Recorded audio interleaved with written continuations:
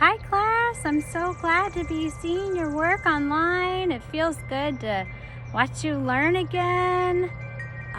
Today our chapter 6 is Polynesia and the King. It's a beautiful day out here, very hot. They all went a little way through the thick forest, then they came to a wide clear space. There they saw the king's palace made of mud. This was where the king lived with his queen, Ermintrude, and their son, Prince Bumpo. The prince was away fishing for salmon in the river, but the king and queen were sitting under an umbrella before the palace door. The queen was asleep. The doctor came up to the palace and told the king why he had come to Africa.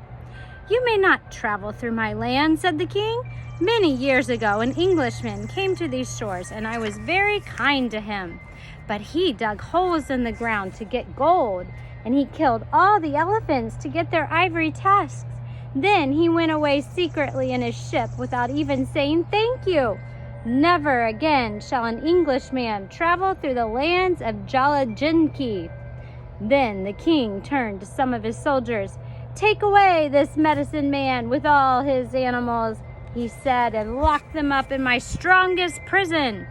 So 6 of the soldiers led the doctor and all his pets away and shut them up in a stone dungeon. The dungeon had only one little window. It was high up in the wall with bars in it, and the door was strong and thick. They all grew very sad, and Gub-Gub the pig began to cry. "Are we all here?" asked the doctor. "Yes, I think so," said the duck. "Where's Polynesia?" asked the crocodile. "She isn't here." "Are you sure?" said the doctor. "Look again. Polynesia, Polynesia, where are you?" "I suppose she escaped."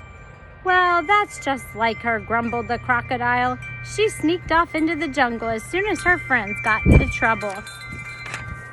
"I'm not that kind of a bird," said a voice. Then the parrot climbed out of the pocket and in the tail of the doctor's coat. "You see, I was afraid they would put me in a small cage.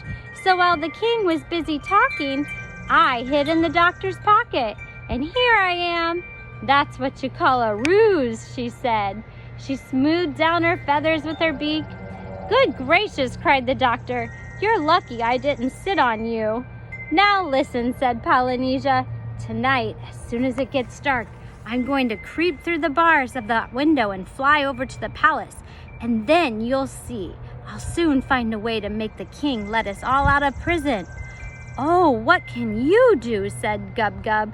He turned up his nose and began to cry. "You're only a bird." "Quite true," said the parrot, "but do not forget that although I am only a bird, I can talk like a man, and I know these people."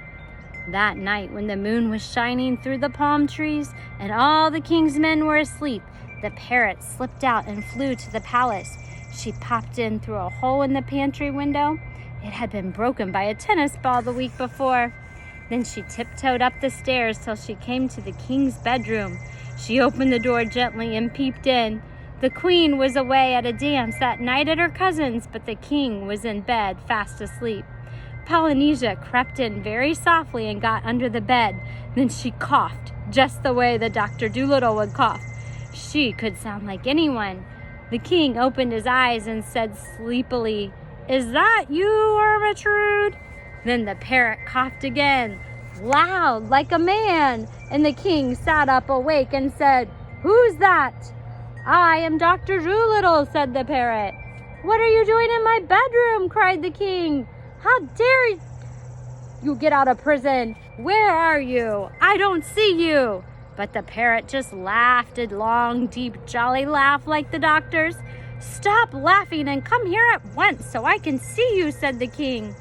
"Foolish king," answered Polynesia, "have you forgotten that you are talking to John Dolittle, MD, the most wonderful man on earth? Of course you cannot see me. I have made myself invisible. There is nothing I cannot do. Now listen, I have come here tonight to warn you. If you don't let me and my animals travel through your kingdom, I will make you and all your people sick. For I can make people well and I can make people ill just by raising my little finger." Send your soldiers at once to open the dungeon door, or you shall have mumps before the morning sun has risen on the hills of Jolliginki." The king began to tremble and was very much afraid. "As you wish, doctor," he cried. "Do not raise your little finger, please."